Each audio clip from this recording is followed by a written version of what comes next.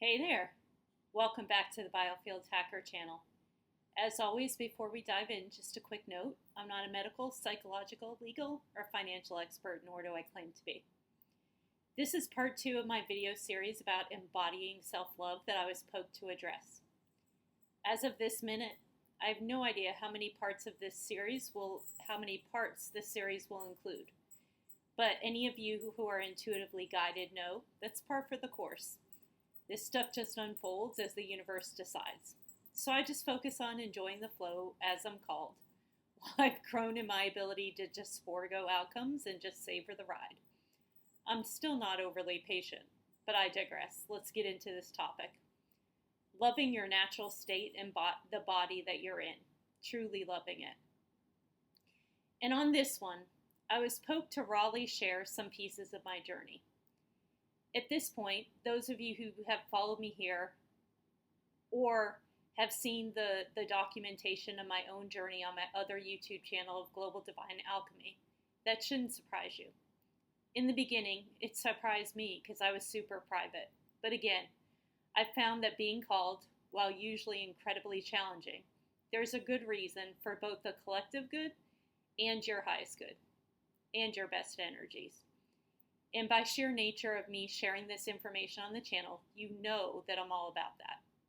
And fair warning, this video may be a bit longer about my journey on my own body image. It is long and winding.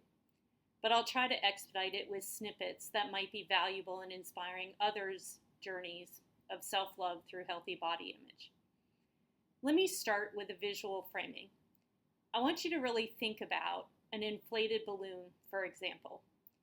Every time negativity, negative thoughts, doubts, or self-talk hits, that balloon deflates a bit more and more and more. This can be fear, anxiety, self-talk, whatever it is. I want you to visualize a balloon deflating every time you do that to yourself. And directly opposite, processing it, talking about it, working through it, going through the mucky mud, as I like to call it, to get to the other side of it, raises the vibration and energy, and it inflates your balloon. So think about that for a minute, deflating and inflating. It can really impact you on a soul level, on a body level, on a mind level, and on a heart level. Acknowledge the greater impact on your energy and you and your life. There are many components that comprise self-identity, but two components that are directly affected that are tied to our body image are one, self-image, and let me quickly define it. The mental picture that you have of yourself, both internal perceptions and external representations, like appearance. And then the second one, self-esteem, the subjective evaluation and perception of your own worth and value. For example, how confident or worthy that you feel. While all of the components of self-identity actually affect how you view the body, the beauty of your body, the mental picture that you have of yourself and your own subjective evaluation and perception manifest in so many areas of your life without you even knowing it. I addressed competition in another video, so I'm not going to repeat it, but the short version is that you aren't in competition with anyone. You're in your own lane. Beauty standards bombard our energies with endless media and ads stating some standards that make people beautiful. But if you really dig into the true energy of it and feel the energy that it gives off, they're fear-based and competition-based. And within that, society doubles down through labels that seep into how we interact in so many ways. Women and men comparing themselves to others and judging themselves short. Or even the reverse, judging others. For example, men objectifying women based on some normal standard or label that's been inferred on how they should show up, dress, interact, act, physically engage, instead of really seeing them fully. The same goes with women, judging men by some fragmented and toxic checklist of the ideal based on superficialities. Everything from height requirements and some bastardized status symbols in dress to really any fundamentally flawed and biased lens based on societal programming, instead of viewing them through the open aperture of whole beauty for the entirety of the physical being that they are, how they truly show up unfiltered. In fact, there was a great quote in a recent newsletter that I saw from Fiona McCoss. I may be pronouncing it wrong. And it said, and I quote, "It's only in recent times, through patriarchy, that a woman's body has been seen as sinful, sexual, and inherently wrong, and only good for one thing." All this comes from a place of incredibly dense and toxic energy space. It comes from old and unhealed wounds. Self-love and embracing your physical body and appearance comes from when you are operating in your best and highest energies.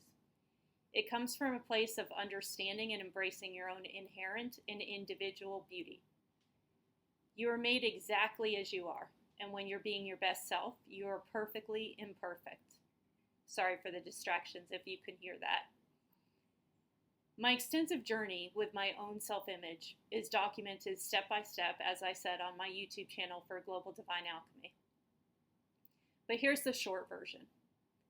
I struggle with my weight my entire life. And while this philosophy will be controversial, it didn't matter how much I moved or how healthy I ate. I still struggled with it. And here's my lived experience.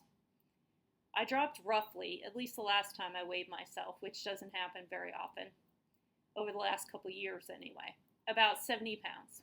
I didn't eat differently. I didn't move differently than I have all of those years in the past. The difference was this. I actually learned to love myself, wholly, completely, flaws and all. And I realized that I'm authentically a beautiful human being, inside and out.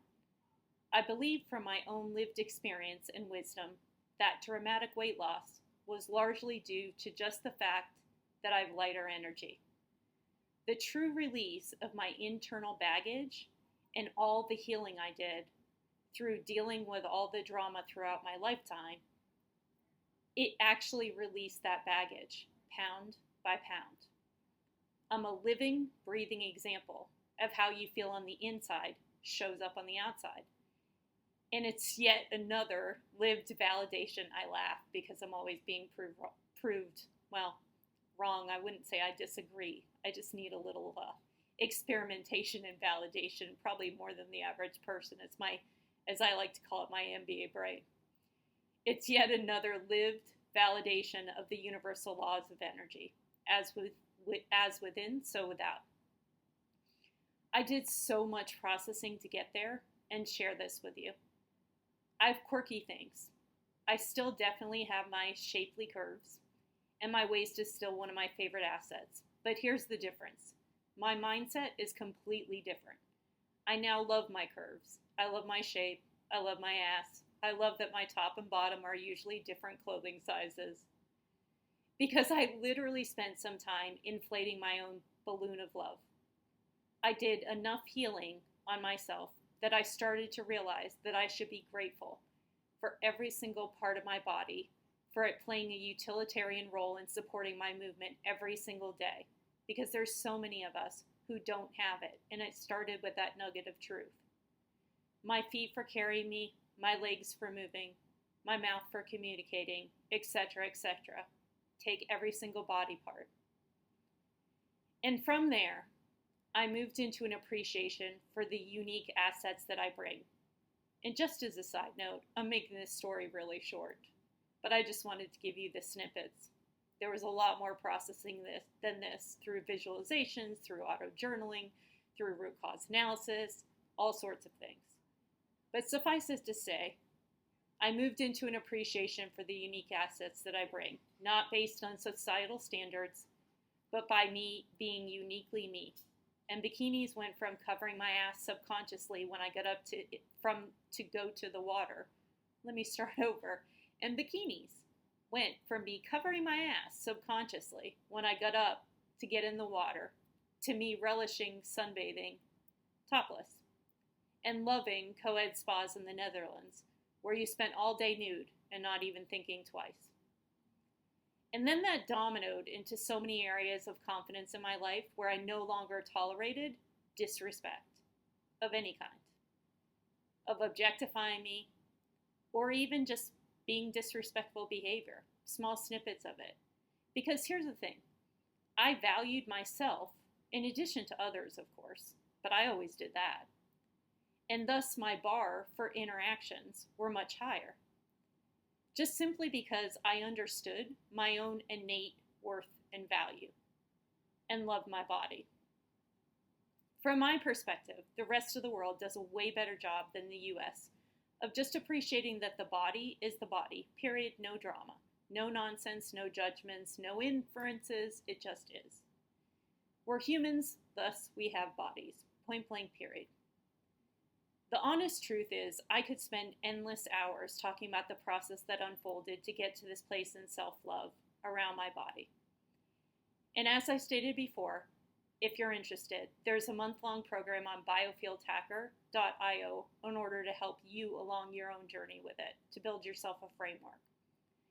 The course was channeled and curated quite a bit of time after my several-year journey with the healing on this topic. But this is a video, it's just meant to provoke or inspire a thought process about your own healing that's needed. A catalyst, if you will, for starting to observe, dissect, and understand the energies that you consume, both internally and externally, that drive your overall self-image and self-esteem. And that brings me to today's field tack, and it intersects the two components that I talked about earlier. The first one, self-image. Ask yourself, what do you think of your physical appearance, and how does that impact you? And have any societal norms or personal experiences shaped how you see yourself or how you perceive that others see you? And now the second one, self-esteem.